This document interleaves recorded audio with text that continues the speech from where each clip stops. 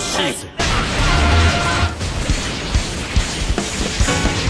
およそ1000体を封印された。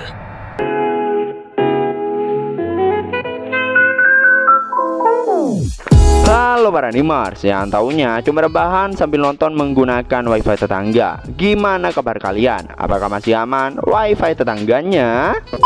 Nah, di video kali ini Mimin akan menceritakan atau membahas salah satu anime summer terbaru kali ini, yaitu anime Jujutsu Kaisen season 2 yang sekarang udah nyampe ke episode ke-9. Nah, buat kalian yang penasaran dengan apa yang akan terjadi di insiden Shibuya kali ini, langsung saja siapkan minuman, kencangkan celana dalam, dan yaps, tanpa banyak bacot, langsung saja kita kalur ceritanya.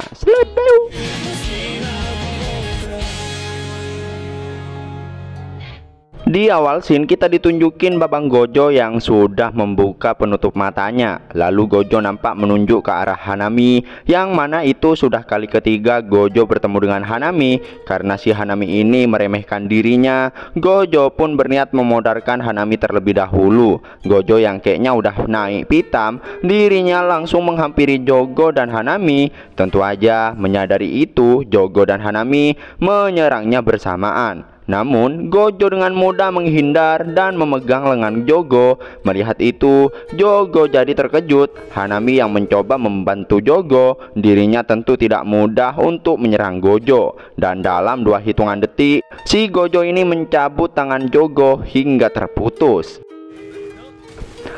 Hanami yang mencoba membantunya lagi, namun dia itu malah kena sepah sama Gojo hingga terpental sangat jauh. Tidak hanya itu, Gojo juga melempar Jogo dengan sangat kuat.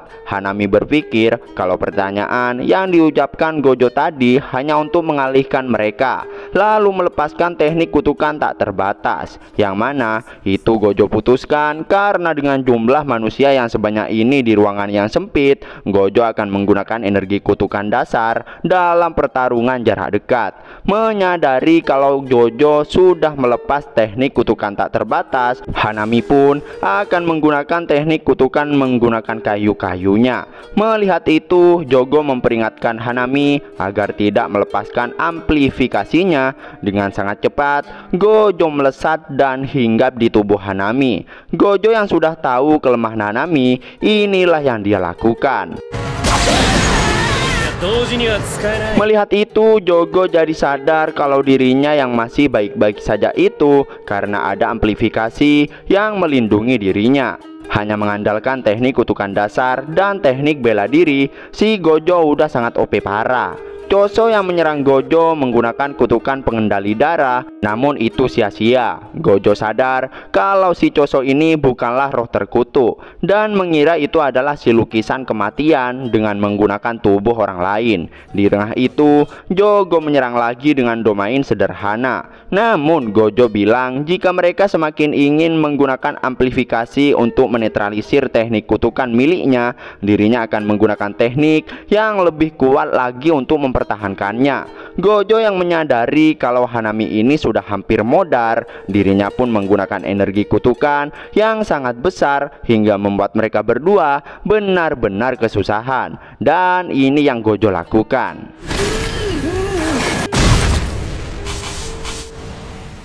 Hanami berhasil dimodarkan. Melihat itu, Jogo nampak nggak percaya dengan apa yang udah terjadi. Scene lalu flashback pada organisasi roh terkutuk yang lagi main mahjong. Kita lalu dijelaskan kalau alam penjara itu penghalang hidup dan juga perwujudan Genshin. Tak ada satupun yang tidak bisa disegel, tapi masih ada syarat yang harus dipenuhi, yaitu jangkauan efektif segelnya sekitar radius 4 meter. Jadi mereka harus menahan Gojo selama 1 menit dalam jangkauan itu. Mendengar hal tersebut, Jogo jadi marah pada Geto, yang mana Jogo ini mengira kalau Geto akan melemparkan mereka pada masalah yang tak terpecahkan tersebut. Jika harus menahan Gojo selama semenit, meski harus menukarnya dengan ribuan manusia, itu masih tidak sepadan. Shin pun kembali ke pertemuan. pertempuran. Nampak Jogo yang lari ketakutan dan melempar manusia-manusia non-jujutsu ke arah Gojo. Meski manusia itu dapat ditahan dengan kutukan tanpa batas milik Gojo, namun Jogo tetap melakukan berulang kali dan mencoba menyerang Gojo. Namun itu tak berhasil sama sekali. Dirinya nampak marah pada Choso yang tidak membantunya sama sekali dari tadi. Mendengar hal tersebut, Choso langsung menggunakan teknik darahnya. Tapi ya, hal itu juga tetap saja tidak berhasil karena Gojo masih mengaktifkan teknik tanpa batas miliknya. Dalam benaknya, Gojo merasa kalau Jogo ini sudah sadar jika yang dirinya incar itu adalah pertarungan jarak dekat. Bakal repot jika Jogo menjaga jarak dan melakukan serangan dengan Choso. Gojo minta maaf karena tidak bisa menolong semua orang, tapi sebagai gantinya dia akan membasmi mereka semua. Jogo yang bertanya apakah persiapannya belum selesai karena yang ia pikir dari itu sudah lebih 20 menit. Geto bilang kalau persiapannya belum siap karena Gojo yang masih terlihat santai-santai aja. Jadi mereka harus membuatnya lebih tegang lagi. Terus Shin pindah ke tim Mei Mei. Yuji yang berniat menolong seseorang di stasiun, namun orang itu malah berubah jadi roh terkutuk. Tak lama suara speaker pun terdengar, yang mana orang di balik speaker itu memberitahukan bahwa kereta 8 gerbong sedang menuju ke Shibuya. Tepatnya lokasi Gojo bertarung dengan 3 roh terkutuk. Mendengarnya, Yuji jadi sangat terkejut karena yang ia tahu di dalam kereta itu berisi banyak manusia yang sudah dimodifikasi oleh Mahito menjadi roh terkutuk. Tak lama kemudian,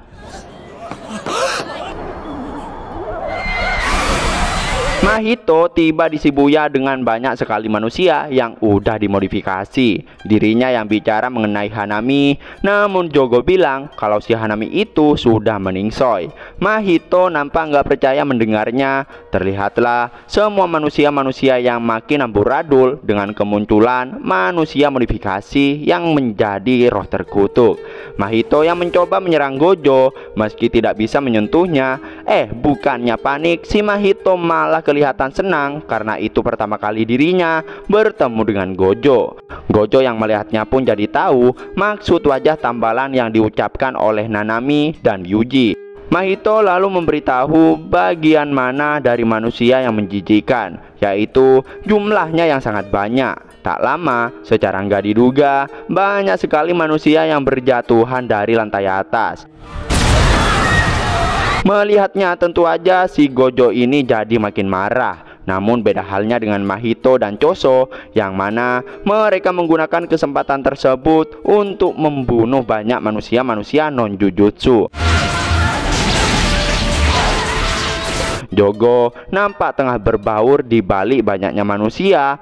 Mahito tahu kalau Gojo berbeda dengan Yuji. Kepribadiannya lebih dingin, jadi dia bisa menoleransi pengorbanan dalam tingkat tertentu untuk membasmi roh terkutuk. Tapi dalam situasi ini, di mana terus bertambahnya orang mati dan hidup, pikirannya pasti tidak efektif. Jogo berpendapat kalau yang harus Gojo lakukan sekarang adalah menggunakan kehampaan tak terbatas untuk membunuh roh terkutuk dan manusia yang ada di sana. Namun Jogo yakin kalau si Gojo ini tidak akan berani melakukan hal tersebut. Tapi secara nggak diduga, inilah yang Gojo lakukan. Semua makhluk, entah itu manusia maupun roh terkutuk, nampak tidak bergerak sama sekali. Gojo lalu melesat dengan kecepatan penuh dan membunuh semua roh terkutuk yang ada. Bersamaan dengan itu, kita juga dijelasin perluasan domain 0,2 detik dengan mempertaruhkan segalanya. Waktu 0,2 detik adalah waktu yang Gojo tentukan lewat intuisi. Kehampaan tak terbatas selama 0,2 detik seharusnya takkan membuat manusia non-jujutsu cacat atau memberikan efek samping. Dalam 0,2 detik ini ada informasi setara dengan setengah tahun mengalir ke otak manusia yang dimodifikasi dan penyihir.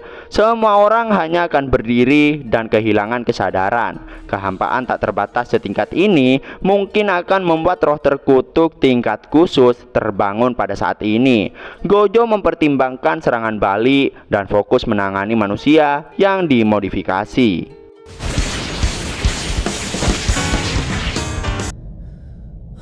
Penyihir Jujutsu terkuat masa kini melawan hampir 1000 manusia yang dimodifikasi yang dikirim ke basement lantai 5. Setelah dia menggunakan domain, Gojo menghabisi mereka dalam 299 detik.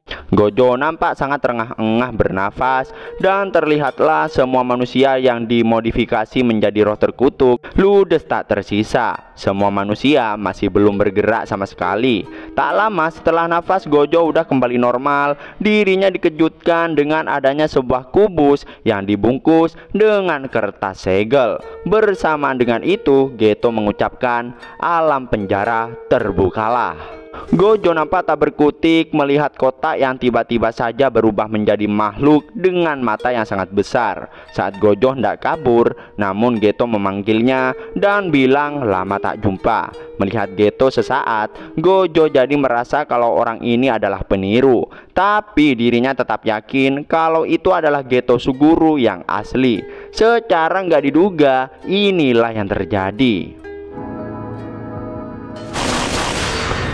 Gojo dikekang oleh kubus yang berubah wujud tersebut. Gojo bahkan tidak bisa merasakan energi kutukan. Tubuhnya juga tidak bisa menggerakkan kekuatan. Dirinya merasa sudah sekakmat.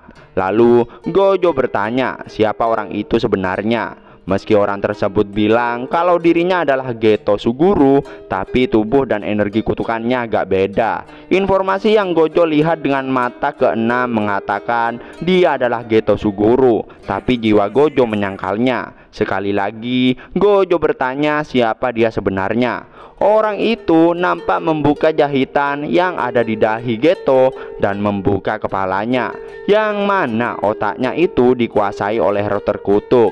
Selama otaknya itu dipindahkan, maka orang ini bisa terus berganti-ganti tubuh. Tentu dirinya juga bisa menggunakan teknik kutukan yang dikuasai oleh tubuh Geto dulu. Dirinya ingin mendapatkan teknik pengendali roh terkutuk milik Geto. Saat insiden malam dulu, Gojo tidak menyuruh Shoko untuk melenyapkan jasad Geto Suguru. Berkat itu, dirinya bisa mendapatkan tubuh Geto dengan sangat mudah. Dirinya menyegel Gojo karena dia mengganggu tujuannya. Lalu Gojo bilang sebelum Geto dibunuh oleh Gojo, Yuta Okotsulah yang menghajar tubuh Geto. Tapi orang misterius ini tak merasakan nilai lebih dari Yuta. Peniruan teknik kutukan tanpa syarat dan energi kutukan tanpa batas. Kedua tekniknya itu melalui ikatan sumpah dengan pengikat roh wanita yang dicintainya. Sayang sekali Yuta tidak bisa menjadi seperti Gojo. Oyasumi, Gojo Satoru. Shin pindah ke Mei dan Yuji, yang mana Yuji nampak dihubungi oleh Mekamaru dan mengatakan sesuatu yang benar-benar membuat dunia Jujutsu Kaisen jadi gempar. Gojo Satoru ga fuin sareta.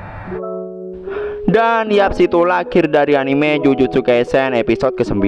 Wede, gimana nih, Babang Gojo udah disegel. Apakah organisasi SMA Jujutsu bisa mengalahkan organisasi roh terkutuk tanpa adanya Babang Gojo? Nah, buat kalian yang penasaran dengan apa yang akan terjadi di episode berikutnya, makanya pantengin terus channel Movie Senpai. Jangan lupa like dan subscribe-nya. Terima kasih buat yang udah nonton sampai akhir. Sampai jumpa di video berikutnya. Sleep.